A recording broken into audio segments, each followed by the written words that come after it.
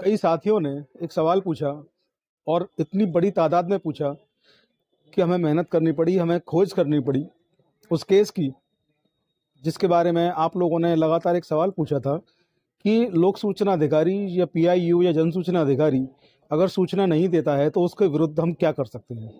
उसके विरुद्ध हम एफआईआर कर सकते हैं, उसके विरुद्ध हम हाई कोर्ट जा सकते हैं, उसके विरुद्ध रिट कर सकते हैं, उसके विरुद्ध कौन सी कार्रवाइयाँ हैं जो कर सकते हैं। जी हाँ, आज मैं वही आपके साथ शेयर करने जा रहा हूँ। बहुत ही महत्वपूर्ण जिम्मेदारी से मैं कहना चाहता हूँ कि बहुत ही महत्वपूर्ण ये केस, एक केस लॉ सुप्रीम कोर्ट का, माननीय सुप्रीम कोर्ट का केस लॉ मैं आपसे डिस्कस करूँगा। और मैं आपको बता दूं कि सुप्रीम कोर्ट का कोई भी केस लॉ जो होता है, किसी भी केस में दिया गया आदेश जो होता है, वो भारत के किसी भी न्यायालय, किसी भी न्यायाधिकरण, किसी भी अदालत में सर्वोच्च होता है, उसको मानना ही होता है, मैंडेटरी होता है उसको मानना। तो आज सुप्रीम कोर्ट का एक बेहतरीन केस लॉ लेकर के आया हूं कि अगर लोक सूचना अधिकारी सूचना ना दें, सूचना अधिकार का वायलेशन करें, अतिलंघन करें, उल्लंघन करें, सूचना छिपा लें, गलत सूचना दें, संतुष्टिजनक सूचना ना दें, ये कह दें कि वेबसाइट पर सूचना उपलब्ध है, ऐसे में उस लोक सूचना अधिकारी के विरुद्ध कौन सी कार्रवाइयाँ हो सकती हैं, कौन सी विधिक कार्रवाइयाँ हो सकती हैं और किस प्रकार की कार्रवाइयाँ हो सकती हैं। जी हाँ, मैं Prateek Chaudhary, advocate, Chaudhary legal associate पर आपका स्वागत, आपका वेलकम करता हूँ। आप बने रहिए चौधरी लीगल एसोसिएट्स पर। और साथ ही मैं आपसे एक निवेदन कर दूं कि जिन लोगों ने अब तक चैनल को सब्सक्राइब नहीं किया है वो सब्सक्राइब कर लें और जो बेल का जो नोटिफिकेशन है उसको ऑल पर सेलेक्ट कर लें, जिससे हमारे लीगल वीडियो जैसे ही अपलोड हों तो आपको तुरंत उनका नोटिफिकेशन मिले और आप बिना देरी किए उनको देख पाएँ। तो चलिए अब ज़्यादा देर ना करते हुए सस्पेंस को ख़त्म करते हैं और आज का जो टॉपिक, आज का जो वीडियो है उसको शुरू करते हैं।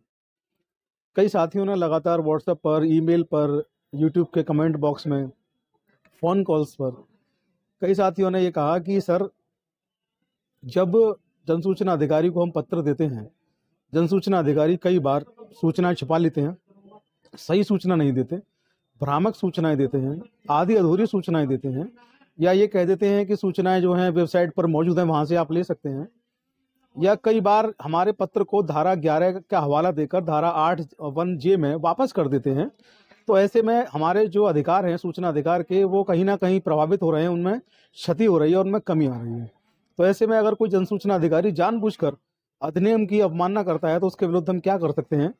तो ये हम पहले आपको बता चुके हैं कि कोई जनसूचना अधिकारी, अगर जनसूचना अधिकारी, अपील अधिकारी, यहाँ तक कि सूचना आयुक्त यानी कि कमिश्नर जो होते हैं, वो भी अगर अधिनियम की अवमानना करते हैं तो उनके लिए आप माननीय हाईकोर्ट में या माननीय सुप्रीम कोर्ट में एक वाद, उनके लिए रिट उनके खिलाफ दे सकते हैं अधिनियम की अवमानना की, जिसको कि कंटेम्प्ट ऑफ कोर्ट कहते हैं।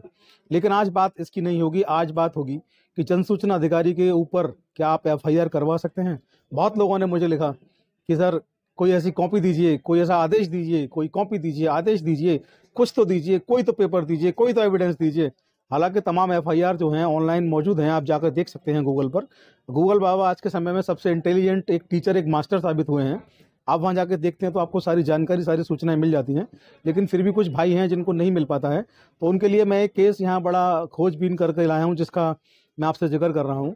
एक केस में 2005 में माननीय सुप्रीम कोर्ट ने स्पष्ट शब्दों में ये कहा कि लोक सूचना किसी भी विभाग में लोक प्राधिकारी, किसी विभाग के लोक प्राधिकारी जो होंगे उनके विरुद्ध रिट दायर की जा सकती है। मैं आपको फिर से बता दूं, फिर से समझा दूं, ऑर्डर बहुत बड़ा है, बहुत ही व्यापक है। पूरे ऑर्डर को डिस्कस करेंगे तो वीडियो बहुत लंबा हो जाएगा, तकरीबन 1 घंटे का वीडियो हो जाएगा। इसका जो मेन कंटेंट है वो मैं आपको समझाने की कोशिश कर रहा हूँ कि किसी भी लोक प्राधिकारी के ऊपर आप रिट दायर कर सकते हैं। ये माननीय सुप्रीम कोर्ट ने 2005 में कहा। और ये जिस केस में कहा, उस केस की मैं चाहूँगा एक बार आप कलम और कागज़ लेके उसकी साइटेशन को आप नोट कर लें। जी टेलीफिल्म लिमिटेड बनाम भारत संघ।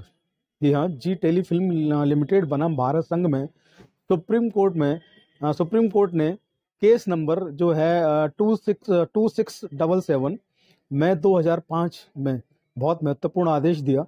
उन्होंने बताया कि किसी भी लोक प्राधिकारी के ऊपर, लोक प्राधिकारी के विरुद्ध, लोक प्राधिकारी जो होते हैं उनके काम जो नहीं कर रहे हैं, उससे प्रताड़ित होकर के, उससे दुखी होकर के, उससे आपका नुकसान जो हो रहा है, उस सबको लेकर के लोक प्राधिकारी के ऊपर आप रिट दायर कर सकते हैं।